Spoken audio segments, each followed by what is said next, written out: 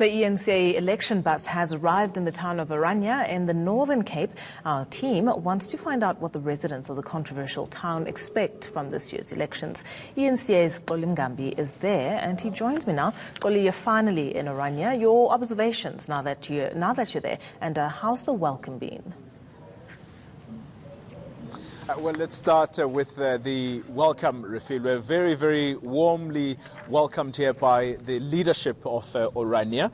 We've had some interactions with them. They took us to the welcoming office. I'm told that the equivalence of that office could be something akin to a foreign affairs office, and that's where we met the leadership of Orania.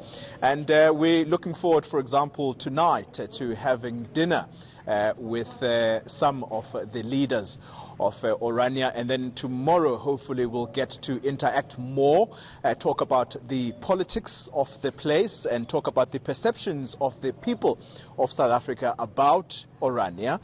We'll talk about the economy of this place, Refula. Remember that this is a self-sustaining community. They don't rely on anything outside of here. Whether you talk municipality, they run their own municipality.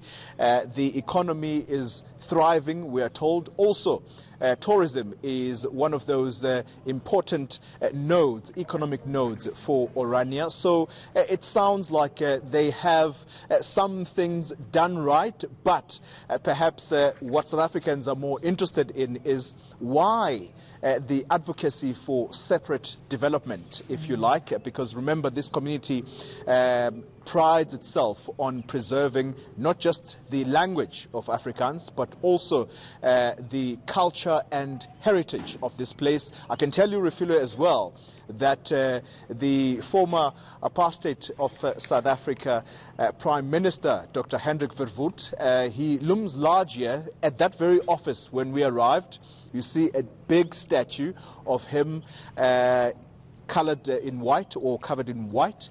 And it tells you about the pride that I guess they place on a leader like Hendrik Verwoerd. But some of the conversations that we've had with some of the leadership, I asked about whether or not F.W. de Klerk, the former president of South Africa, but of course the apartheid version of South Africa, I asked whether they regard him at all. And the answer is simply that we feel that he sold out in as far as the community of Orania is concerned. So we're looking forward to much more conversations. We've already checked into our rooms, hotel rooms, that is, the hotel just down from where I am. That's where we are going to be sleeping.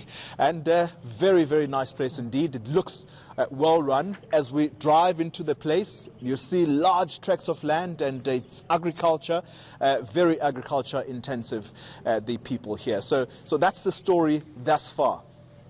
Well, thank you very much, Xoli Mngambi.